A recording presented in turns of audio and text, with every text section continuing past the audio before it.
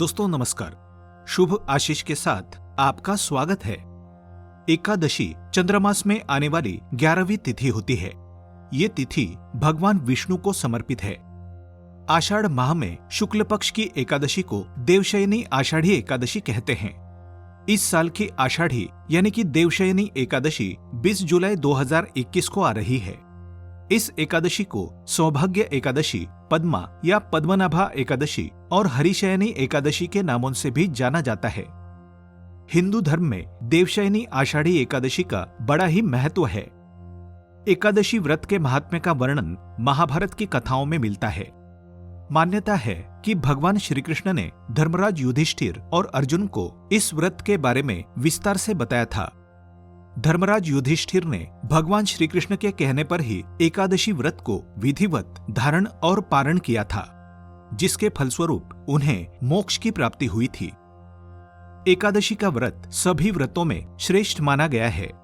इस व्रत को विधिपूर्वक पूर्ण करने से जीवन में सुख समृद्धि और शांति आती है। इसके साथ ही हर प्रकार की परेशानी दूर होती है, सभी प्रकार की मनोकामनाएं पूर्ण होती है। इस दिन व्रत रखने से जानबूझकर या फिर अनजाने में किए गए पापों से मुक्ति मिलती है। इस दिन चातुर्मास का आरंभ होता है। भगवान विष्णु इस तिथि से 4 मास के लिए योग निद्रा में लीन हो जाते हैं। शास्त्रों के अनुसार इस तिथि को शंखासुर दैत्य मारा गया था और इस तिथि के बाद से भगवान 4 माह तक क्षीरसागर में शयन करते हैं। इसलिए आषाढ़ मास की इस तिथि को देवशयनी एकादशी कहा जाता है। देवशयनी एकादशी तिथि का प्रारंभ 19 जुलाई 2021 को रात 9:59 पर हो रहा है तथा समापन 20 जुलाई 2021 को शाम 7:17 पर होगा। एकादशी का व्रत 20 जुलाई 2021 को मंगलवार को रखा जाएगा और व्रत का पारण समय 21 जुलाई यानी द्वादशी की सुबह 5:36 से 8:21 तक का है। इस तिथि से चातुर्मास का आरंभ होता है और चातुर्मास में देवताओं का शयन काल आरंभ होता है। इस समय के दौरान बादल और वर्षा के कारण सूर्य और चंद्रमा का तेज क्षीण हो जाना उनके शयन का ही द्योतक है। इसी वजह से इस दौरान कोई भी शुभ या मांगलिक कार्य नहीं किए जाते हैं। लेकिन इस काल में पूजा, अनुष्ठान, घर की मरम्मत, गृह प्रवेश और वाहन, आभूषण तथा आवास की खरीदारी की जा सकती है। चातुर्मास का समापन देव उठनी एकादशी पर होता है। इस एकादशी की तिथि को भगवान विष्णु योग निद्रा से बाहर आते हैं। चातुर्मास के समाप्त होते ही शुभ कार्य प्रारंभ हो जाते हैं। शादी, विवाह और मुंडन आदि कार्य किए जाते हैं। एकादशी तिथि पर भगवान विष्णु की आराधना की जाती है। देवशयनी एकादशी पर भगवान विष्णु का शयन प्रारंभ होने से पहले विधि विधान से पूजन करने का बड़ा महत्व है। इस दिन श्रद्धालु व्रत रखकर भगवान विष्णु की पूजा करें। ब्रह्म मुहूर्त में उठकर शुचिर्भूत होकर घर में गंगा जल का छिड़काव करें। घर के मंदिर में या पूजा स्थान पर भगवान विष्णु की प्रतिमा को आसन पर स्थापित करके भगवान का षोडशोपचार पूजन करें। भगवान विष्णु को पीले वस्त्र, पीले फूल, पीला चंदन चढ़ाएं। भगवान विष्णु को पान और सुपारी अर्पित करने के बाद धूप, दीप और पुष्प चढ़ाकर आरती उतारें। इस दिन घी का दीपक विष्णु भगवान के सामने दिन रात निरंतर जलाया जाता है। फिर इस मंत्र द्वारा भगवान विष्णु की स्तुति करें। मंत्र है सुप्ते त्वयि जगन्नाथ जमत सुप्तम भवेदिदम विबुद्धे त्वयि बुद्धम च जगत सर्व चराचरम। पूजन करने के बाद ब्राह्मणों को या किसी गरीब को भोजन कराकर स्वयं भोजन या फलाहार करें। देवशयनी एकादशी पर विष्णु सहस्त्र नाम का पाठ जरूर करें और सोने से पहले भगवान को शयन कराएं। भगवान विष्णु के सहस्त्र नाम आप हमारी अगली वीडियो में सुन सकते हैं। इसको सुनने मात्र से ही जन्म मरण के बंधनों से छुटकारा मिल जाता है। आपके सभी बिगड़े काम बन जाते हैं। तो इस वीडियो को लाइक करें, हमारे चैनल को सब्सक्राइब करें और बेल आइकन प्रेस करें ताकि उस वीडियो की नोटिफिकेशन आपको तुरंत मिल जाए और इसे रोज या हर गुरुवार को सुनें।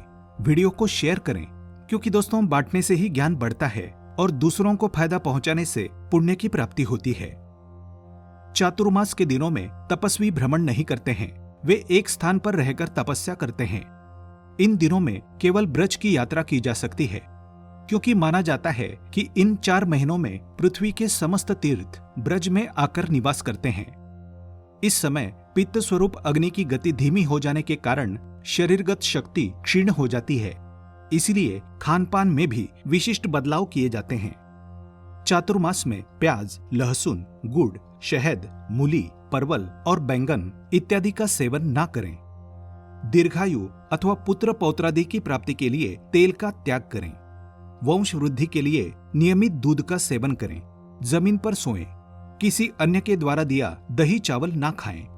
इस काल में झूठ बोलना, पति पत्नी संबंध प्रस्थापित करना, मांस मदिरा का सेवन करना वर्जित माना जाता है। कहते हैं धरती पर एक तो काशी और दूसरा महाराष्ट्र में पंढरपुर, इन 2 तीर्थ स्थलों को अक्षय माना जाता है। भगवान शिव और भगवान विष्णु का यहाँ निरंतर वास माना जाता है। इस एकादशी के व्रत में सारे देवताओं का तेज समाविष्ट है, इसलिए इस पर्व पर भक्तगण पंढरपुर तक पैदल जाकर विट्ठल भगवान के दर्शन करते हैं। ये परंपरा 800 सालों से भी अधिक समय से चली आ रही है। पुराणों में इस तिथि से संबंधित उल्लेख मिलता है कि सतयुग में मांधाता नामक एक चक्रवर्ती राजा थे। उनके राज्य में खुशहाली थी, लेकिन एक बार लगातार 3 वर्षों तक बारिश ना होने से भयंकर अकाल पड़ा। प्रजा व्याकुल हो गई और चारों ओर हाहाकार मच गया। प्रजा की दयनीय स्थिति देखकर राजा समाधान खोजने के लिए जंगल की ओर निकल पड़े। इस दौरान वे अंगिरा ऋषि के आश्रम पहुंचे। राजा की बातें सुनकर अंगिरा ऋषि ने कहा कि आप राज्य में जाकर देवशयनी एकादशी का व्रत रखो। इस व्रत के प्रभाव से राज्य में अवश्य वर्षा आएगी। अंगिरा ऋषि की बात मानकर राजा मांधाता राज्य में वापस लौट आए। राजा ने विधि विधान से देवशयनी एकादशी का व्रत किया। इसके प्रभाव से अच्छी वर्षा हुई और पूरा राज्य धन धान्य से परिपूर्ण हो गया। आप भी इस पावन अवसर पर व्रत रखकर विष्णु भगवान की आराधना करके जीवन के सारे दुखों से, कष्टों से छुटकारा पा सकते हैं। आज की वीडियो में बस इतना ही। ऐसे ही और वीडियो देखने के लिए हमारे चैनल को सब्सक्राइब करके बेल आइकन प्रेस करें। धन्यवाद। शुभम भवतु।